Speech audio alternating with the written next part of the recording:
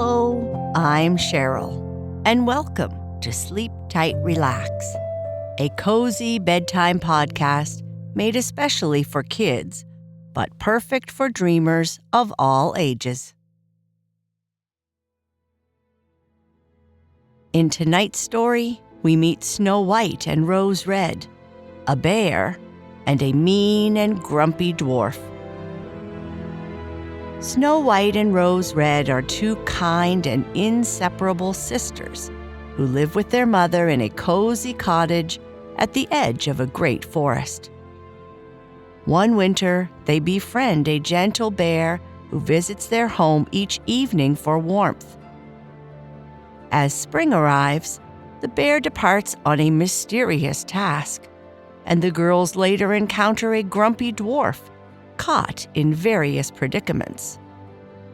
After helping him multiple times, despite his ungratefulness, they discover something magical. What could it be? At this point, we often do a short meditation or breathing exercise together, but I think you can do that by yourself this time. So get cozy, close your eyes, wiggle your toes, take a few deep breaths, and get ready to listen to Snow White and Rose Red.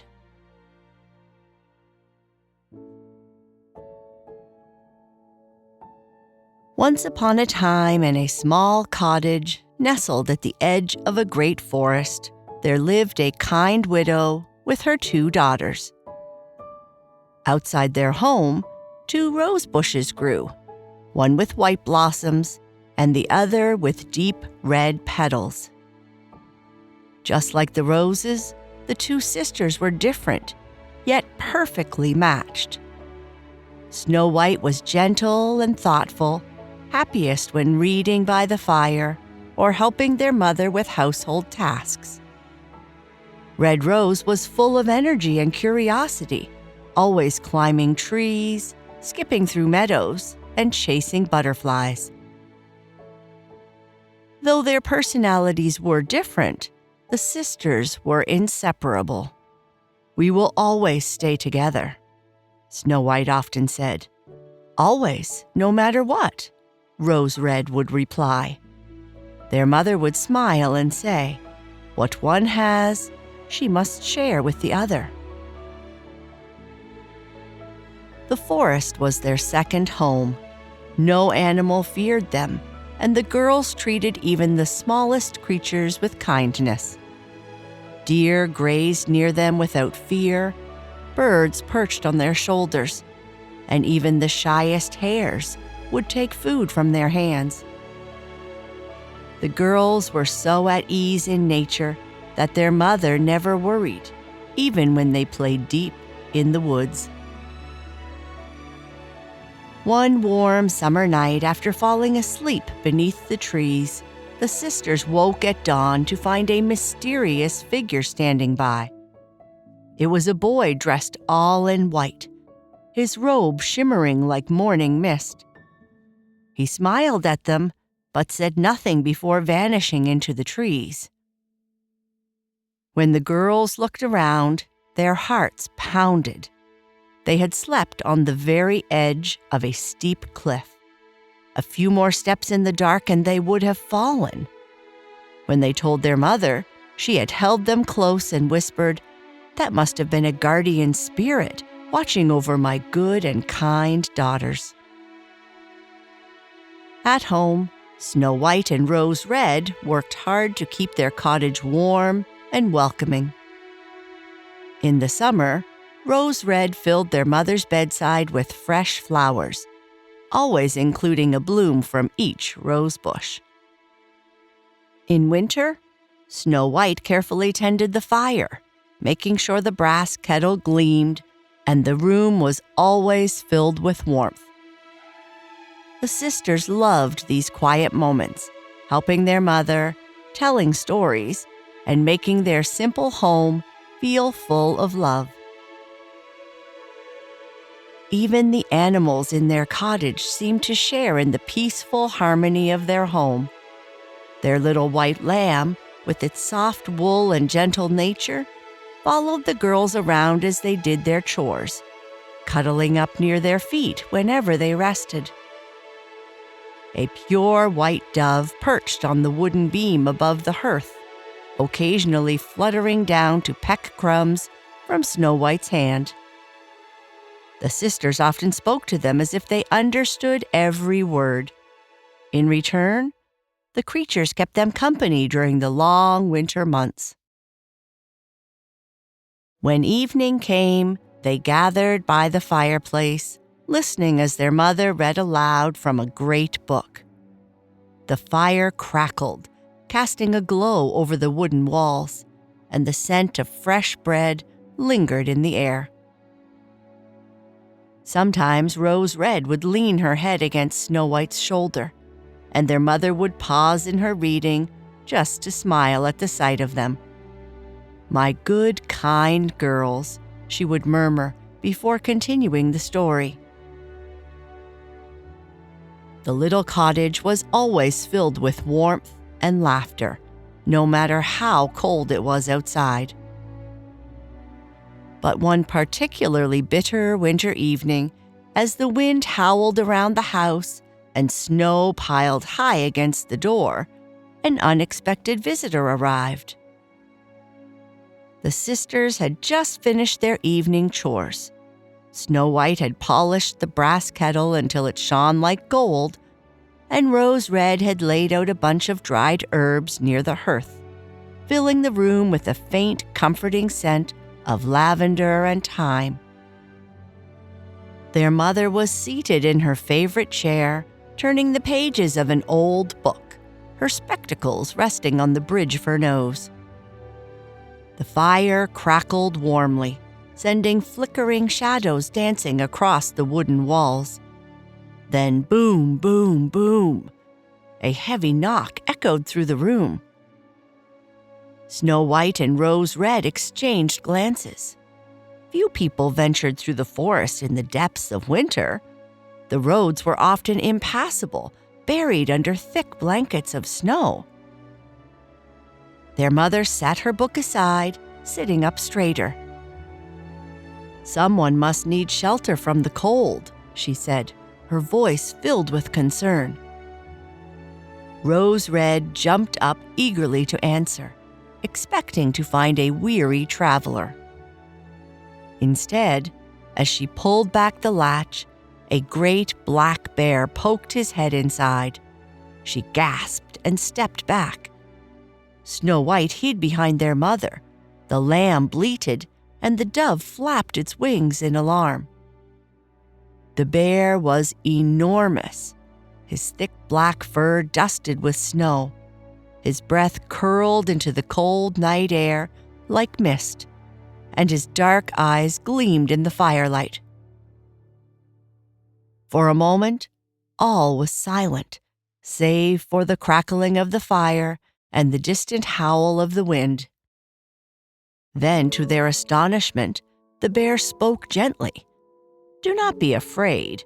I am cold and only seek warmth by your fire." The sisters stood frozen, unsure what to say. A talking bear? Surely this was some kind of trick. Their mother, however, did not hesitate. She studied the bear's kind eyes, then nodded, her kind heart already deciding. "Come in then," she said, "but be careful not to scorch your coat." The bear lumbered forward, stepping inside with heavy, deliberate movements. A small flurry of white powder filled the air as he shook the snow from his fur. Snow White and Rose Red hesitated. They had never seen a bear up close before, let alone one that could speak. But when he stretched himself out by the fire with a deep, contented sigh, something about him seemed less frightening. "Here, let's help you shake off the snow," Rose Red said, stepping forward tentatively.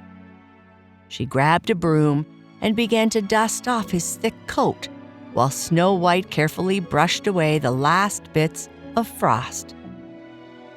Slowly the girls grew bolder. They tugged playfully at his ears, rolled him onto his back, and laughed at his deep, rumbling growls. "Snow White, Rose Red," the bear grumbled in amusement. "Will you be gentle with me, or will you beat your guest to pieces?" The girls giggled and promised to be kind. From that night on, the bear came every evening. They grew so used to him that soon the doors were never locked until their black-furred friend had arrived. When spring melted the last of the snow and outside was green, the bear told Snow White, "Now I must leave, and I cannot come back for the whole summer." "Where are you going, dear bear?" asked Snow White. "I must return to the forest to watch over my treasures," the bear explained. "During the winter, when the ground is frozen, the dwarfs stay beneath the earth, tucked away in their underground homes. But now that the sun has warmed the land, they will come out again, searching for shiny things to collect. Once something disappears into their tunnels, it is not easily found again." Snow White and Rose Red were sad to see him go, but as he left, he brushed against the door, catching his fur on the latch. For just a moment, something golden gleamed beneath his black coat. "Did you see that?" Snow White whispered. "It must have been a trick of the light," Rose Red replied. Not long after, their mother sent them into the forest to gather firewood. As they reached a clearing, an irritated voice called out, "Well, don't just stand there gaping. Help me at once." The sisters turned and saw a small dwarf, no taller than their knees, his long white beard caught in the split of a fallen tree. His small hands tugged at it furiously, but it was stuck fast. His red eyes darted up at them. "Oh no, what happened?" Red Rose asked, stepping closer.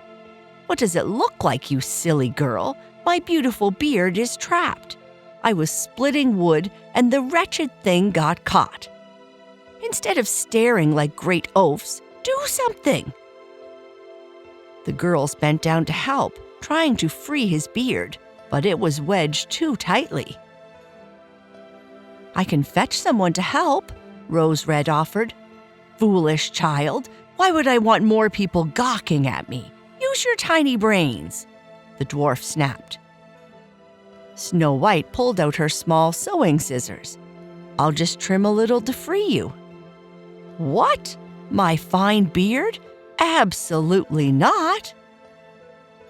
But as she snipped, the beard sprang free. Instead of thanking them, the dwarf huffed, smoothing what was left of his beard. "You dreadful girls! How could you do such a thing? My beard was perfect. Now look at me." He yanked up a sack of gold hidden behind the tree, grumbling as he stormed off into the woods without another word. The sisters watched him go. "I don't think he liked our help," Red Rose murmured. "I don't think he likes anyone," Snow White replied. Days later, when Snow White and Rose Red went to catch some fish at a small brook, they heard a great splash. They hurried toward the sound and found the tiny dwarf hopping and flailing at the water's edge. His long beard was hopelessly tangled in a fishing line, and on the other end of the line, a great silver fish was pulling with all its might. The dwarf sputtered and kicked as he tried to free himself, his boots sliding in the mud. "Oh dear, how did this happen?" Red Rose asked, stifling a giggle. "How do you think it happened?" the dwarf snapped, waving his arms wildly. "This monstrous fish tricked me. I was merely admiring the water when, bam, it attacked me and won't let go." The sisters rushed forward to help, but the knots were too tight to untangle. The fish gave another mighty tug, dragging the dwarf closer to the river. "Do something, you dawdling girls!" the dwarf shrieked. "Do you want to see me disappear beneath the waves?" Snow White hesitated. "We could cut the line, but—" "Absolutely not! You've already taken enough of my beard last time," the dwarf protested. But as the fish gave another hard pull, Snow White had to snip the beard free once more. The dwarf tumbled backward into the mud with a great splash. He sat there sputtering and dripping wet before leaping to his feet and smoothing what was left of his beard. "First my beautiful beard and now my dignity. I hope you're pleased with yourselves," he huffed. And with that, he snatched up a sack of pearls and stomped away. Later, on their way home from town, the sisters saw an eagle circling above, its sharp eyes locked on something below. Suddenly, it swooped, its great wings slicing through the air, and when it rose again, something small dangled from its talons, kicking and flailing wildly. "It's the dwarf!" Snow White cried. The sisters ran forward as fast as they could. The dwarf, his tiny arms flapping uselessly, shrieked in terror. "Put me down, you feathered fiend! I am not your dinner!" Just as the eagle banked to gain height, the girls leapt into action. They grabbed hold of the dwarf's boots and pulled with all their strength. The eagle squawked in surprise and gave an angry flap of its wings. But after a short struggle, it let go, sending the little man tumbling to the ground in a heap. The dwarf scrambled upright, brushing dust and bits of grass from his coat. He patted himself all over, as if checking to make sure everything was still in place. Then he turned his fiery gaze on the girls. "You clumsy girls," he sputtered. "Look at my coat. It's full of holes now.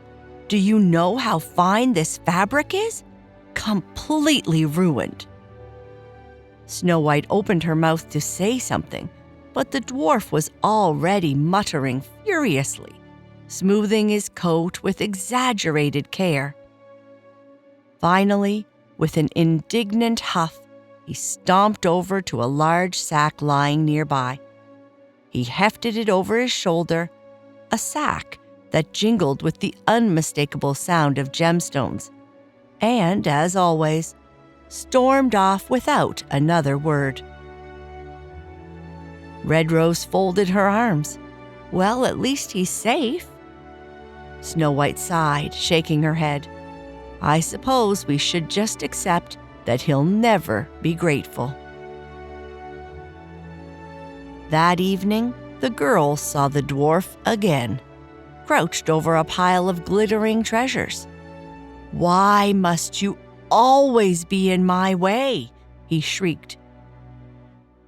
Before the girls could answer, a deep growl rumbled from the woods. A large black bear emerged from the trees. "Wait, you don't want me!" the dwarf cried. "Take the girls instead!" But the bear ignored him. In terror, the dwarf turned to run, tripping over his own heavy sack. Jewels spilled everywhere as he tumbled into the underbrush. At that moment, the bear shook off his fur, revealing a handsome prince dressed in golden robes. "That wicked dwarf stole my treasure and cursed me," he explained. "Your kindness has broken the spell." The sisters and their mother welcomed the prince into their home, and over time, their friendship deepened. The prince often returned, bringing stories of the lands he ruled, and Snow White and Rose Red delighted in hearing about the world beyond the forest. They traveled together, learning, exploring, and growing in confidence, their adventures shaping their futures in ways they had never imagined. Though their paths led them in different places, the bond between Snow White and Rose Red remained unbreakable. Their mother came to live in a grand home surrounded by gardens, where she tended the 2 rose bushes she had brought with her. Every year, they bloomed with the most beautiful roses, white and red, a reminder that kindness, even when unappreciated, always finds its reward.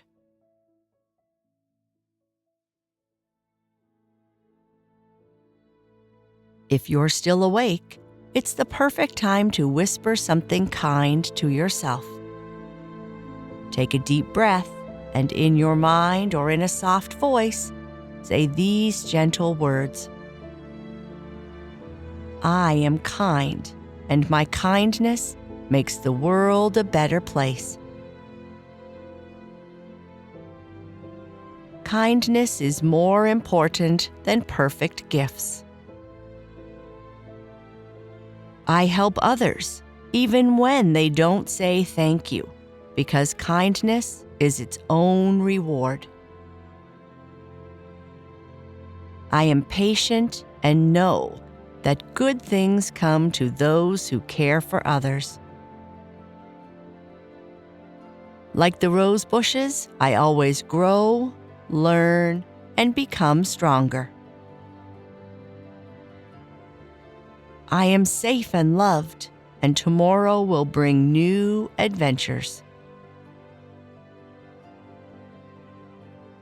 I am calm, relaxed, and peaceful. Good night. Sleep tight.